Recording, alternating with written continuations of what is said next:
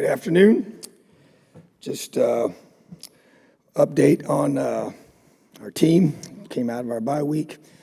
Really thought that the guys did a really good job. I had a couple days of practice and focused on fundamentals and just blocking and tackling. Major emphasis technically, getting better, getting some guys healthy, getting them rested, refreshed. That was a huge priority as well. I gave the guys Thursday, Friday, Saturday off, and then back on Sunday. So I thought that was good. Coaches went out, did a lot of recruiting. Very, very important part of what we do. Got to see a lot of players practice and play. That was very productive. So good bye week for us and much needed in a lot of different ways for our guys. So from injury update from the game, unfortunately, Cam Camper has torn his ACL, and he'll be out for the rest of the season. So we'll be having surgery in the near future. Did that in the first half against Rutgers, and obviously feel terrible for him, but huge part of our team. But he'll be beginning that long road to recovery, and our staff will do a great job of getting him back and having him ready for the fall. So, but Cam Jones still week to week, and some other guys that we're trying to continue to work to get healthy and get them, as many guys as possible, ready to play. Very excited about this weekend.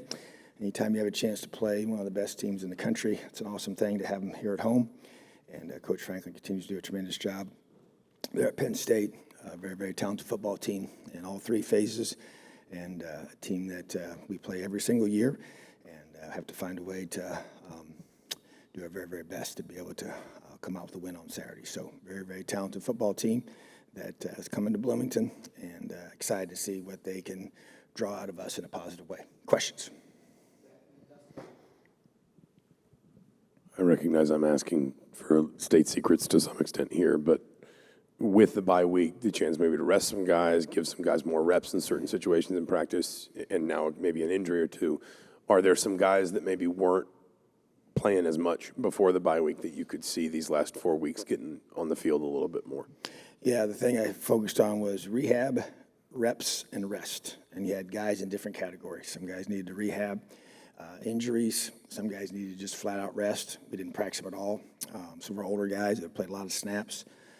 And then a lot of guys got a lot of reps that they have not gotten in the past. So guys fell in those different categories based on our analysis of where they were at and what they needed.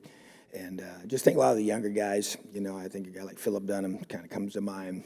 Really see him get a lot of reps this past week and during the bye week, and expect him to continue to grow and develop. I think that's a huge opportunity for him. And Brylo Lanier, same thing, even the younger guys in our program defensively. Caden Turner, another guy that's got a lot of reps that continuing to elevate his preparation and opportunity for him to be able to keep growing as a player. And I just think also our offensive line just trying to get, even though those guys are playing with us now, Josh Sales and Khalil Benson, just continue to rep those guys, grow them, bring them along, allow them to develop, as well as, our skill guys that are younger as well. Just trying to continue to bring them to the point where they just keep getting better every week. So a lot of guys got a lot of good reps. Did a younger guy scrimmage there on Wednesday. We got a chance to get those guys out there to go some live reps and had some fun with that. So had the GAs calling the offense and the defense, and had a chance to be able to do some positive things. So, yes, good question. Tom, I think at the end of the game, after the game Saturday, you said everybody was going to be up for evaluation, basically. What was your evaluation of the quarterback position, and is that position still in the same place it was?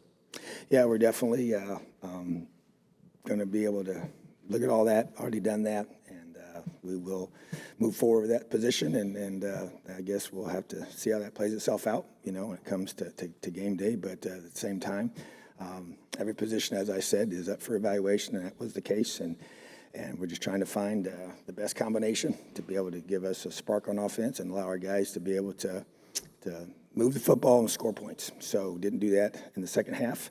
Have not done that well in the second half in several different games here recently, and so definitely need to get a different product and different output of our offense in the second half for sure. So everybody's up for evaluation, yes. coach, Penn State comes back in, and the last time they played in Bloomington, one of the hallmark moments of the recent years in the program. Obviously, a little bit different situation, but the goal remains the same, to upset them. What do you remember about that game in 2020, and then what do you guys, look to take from that performance and hope to replicate? Well, it's definitely something that a big part of our history. In that moment, unique situation for sure, with the way it all, kind of played itself out in regards to leading up to that. Weren't we even supposed to play them, to start the season, and with the schedule change and everything that happened with the pandemic, that was the case. And limited fans were obviously in attendance, and so the thing you remember is just the guys found a way to finish the game, and didn't got off to a strong start, led most of the game, and then fell behind there at the very end, and then found a way to rally back, sent overtime, and have a historic play. So, but it's in the past, and new team, a lot of new guys, a lot of new faces on both teams, and so great opportunity for our team. Anytime you have a chance to play a top team in the country, that's what you want to be able to do, and our guys have a big week ahead of us to prepare for that. So just got to find a way to continue to get better and finish games. Tom, the continued development of Jalen Lucas, what are you seeing from him, and how much more impact can he have this season? Yeah, I think he's another one as the bye week, unfolded, continuing to find ways to get him the football. That's my charge to the offense. Has been for a while, probably since the first game. So just thought since he's been here, he's different, and trying to bring him along in his understanding of what we're doing. Obviously, you saw what he can do in the return game. Now he's leading the country in kickoff returns, and so just once again, you want to find ways to get him the football. His quickness, his burst, his speed is elite, and he's a tough, hard-nosed competitor. So yes, he needs to be a huge part of our offense moving forward. Yes. Tom, at 3-5 right now, and 4 tough games remaining, and I know you take each game at a time, but with these 4 last games, what do you need to see from your team to look back and say there was progress in that last quarter of the season, whatever it was? What do you need to see in these 4 games? Yeah, I think step one is to be able to consistently execute our fundamentals and our techniques. That includes schematic execution, the consistency there, continuing to see the growth from our younger players that we're playing to our older guys that are still, having to make plays for us. That consistency is never going to cease to be a priority for us. It was last week. It's got to be this week.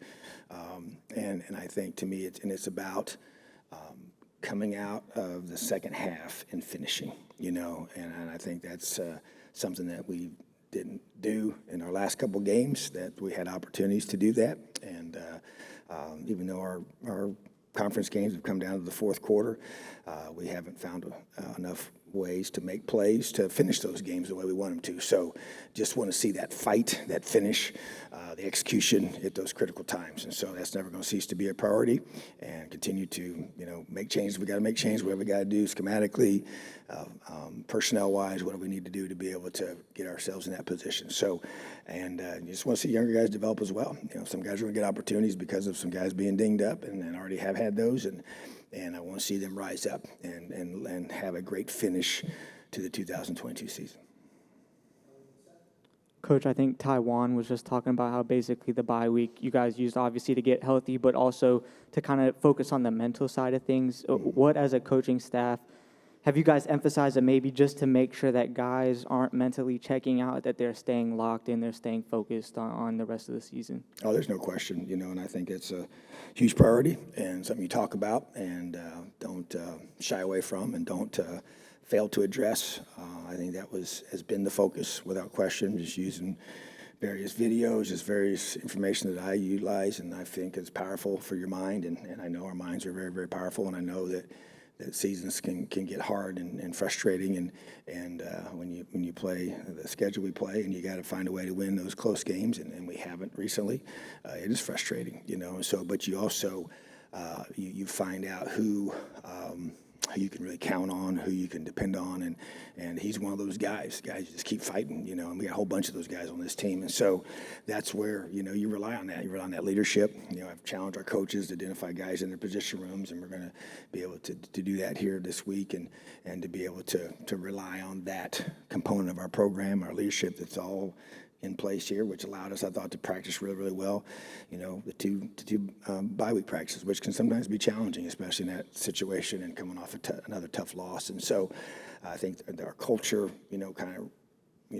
rose up and showed what really we have here. We just got to continue to build off that. And that to me is, this is the fourth quarter of the season, our final 4 regular season games. So our guys have got to respond to that, and I expect them to. But yeah, it's the mind's a powerful thing, and right now it can be lying to you and tell you things, and then you believe things that can alter the way you make decisions on a daily basis. So we're really attacking that head on. When Cam went out, you kind of talked about how high of a level he was playing at, obviously, and not that Aaron was unimportant before that, but I mean, the way he kind of slid over into a new position and kind of didn't miss a beat. His numbers are kind of up there now too. Just how has he been able to handle that transition, and what has he meant to your defense this year? Well, I mean, it's a great example of when you lose somebody so talented and so valuable as Cam Jones. You want somebody else to step up, and Aaron Casey's been here, had a really disappointing season last year, and he knew that, and we met and challenged him, and he really attacked this whole offseason, but I think with Cam's absence, it's forced him, to be more of a leader, to be more of a dominant playmaker, to fill that void, of even just the pure production piece of it all. And so I'm just so proud of him for how he's responded, and not really surprised. I've always believed in the kid. I thought he was a really talented player. We took him as a high school safety to grow into a linebacker. He brings that athleticism to that position. He's got good length. He's strong, and he's tough, and he can run. And so, but he just lacked confidence, I thought, after last season. So just proud of him. And like I said, that's just what you need your leaders to do. He's one of our leaders on our team. And when somebody goes down, you got to rise up. And we need the same thing to happen in our receiver room right now. We need the same thing to happen on our offense right now. The same thing happened just at every other position where a guy may not be able to go for a week or so here, and however long that might be, So, but that's just a great testament to him and to his work ethic, and Coach Will doing a great job getting him ready to play and to elevate his game when called upon. So, yeah, he's been huge for us. You talk a lot about just the mental aspect of the game on Saturday of a bye week. I know coaches approach it differently. Did you just hunker down and watch a bunch of other games? Do you unplug? What do you do on a weekend off? And what would you like your players to do in that? Well, get some rest, and that was, for me, I tried to actually get some sleep. And then once the day started, I watched Penn State film, and then did watch them play, and then chose to watch one of our future opponents play later that night. But in between that, I had my laptop and spent a lot of time watching cut-ups and getting ready for Penn State, So, but I want our guys to they need kind of even a change of scenery. I did that from my home rather than doing it from my office. I think that change of scenery is good. And I think that I want all our guys to do something of that nature, change things up a little bit. You need to kind of chance to unplug. Because for us as coaches, we were out recruiting. Once we left practice, each day, then we would go out and recruit, and then you spend a lot of time getting ready in that regard, and that's really, really important. And without late Friday night watching games, and that's awesome. And I really enjoy that part. So, but Saturday to me is a chance to watch college football, which is enjoyable for all of us to do, and to be able to do it from a little different setting. So it was good. I think our guys came back, both coaches and players, refreshed and ready to attack this week. Coach, you talked about the young guys getting a scrimmage. Who kind of stuck out to you there that Indiana fans can be excited about? I think Omar Cooper, and we've made the decision with him, as you've noticed, that he played in 4 games and do not want to use that extra snap to cause him to lose a whole year of eligibility. So he was a definite guy that jumped out. I think Cameron Perry is another receiver that really shows unbelievable upside and promise. He has elite burst and ball skills, I think, are at a really high level. We see him every day on the offensive scout team. He definitely is really, he's been one that on a daily basis has stuck out, but even in that setting there as well. I think Caden Turner is another one. Every time we go live, he always seems to just make plays. You know, he's a physical guy that is growing in his understanding of what we're doing schematically. I think it's very, very important. And I think Brendan Sorsby's another one, you know, really, really talented football player that didn't get here until the summer and has really just been, you know, learning our offense and got a chance to be our scout team quarterback every day and seeing him throw. He's just a really, really, really talented football player. So very excited about those three guys for our future. Got a lot of really good freshmen on this roster that need to be developed and need to be continuing to get opportunities in practice and just keep growing and getting better. So but those are the ones that kind of stick out to me. I think one other guy that kind of hasn't come up in talking about receivers, Anderson Kobe, who I think has flashed, but Who's that? Anderson Kobe. Okay. Just not been quite as consistent as Cam was, but is he another guy that you need to kind of keep pushing a little bit further along? Absolutely, without question, and he can, and I expect him to, you know, and you're right, he hasn't been quite as consistent, has made plays for sure, is a very explosive player, just needs to be consistent in his, performance, and so that's something that we're striving for every day, is that consistency of preparation, consistency of execution, and eventually, you know, how you're going to play the game. So he's the guy that this team needs to step up and rise up, and I expect him to, and I want him to, and I believe he will. Hey, Coach. Hey, Coach. I'm wondering if you met with a lot of like the veterans and had a group meeting with them to finish the season strong and guide the young players for their seasons ahead. Yes, there's no question. Met with those guys individually, our key guys on our team, and just to be able to challenge them and understand what they need to do. We've identified each guy. There's a certain number of guys in each position group we've identified to meet with and to be able to challenge and to be able to make sure that this finishes the way that we all want it to. You know, so yeah, and to me, it's your leadership. You know, it's your leadership council that we have. Those group of guys, those 30 guys, really are those key ones. You know, but at the same time, it's just that understanding of what is necessary in this moment to be able to finish the way we all want to. I wanted to go back to the question on quarterbacks just to put a fine point on it. As I guess, are you saying there's a chance Connor won't be the guy on Saturday? I'm just saying that you'll have to wait till Saturday to see who our starting quarterback's going to be. So.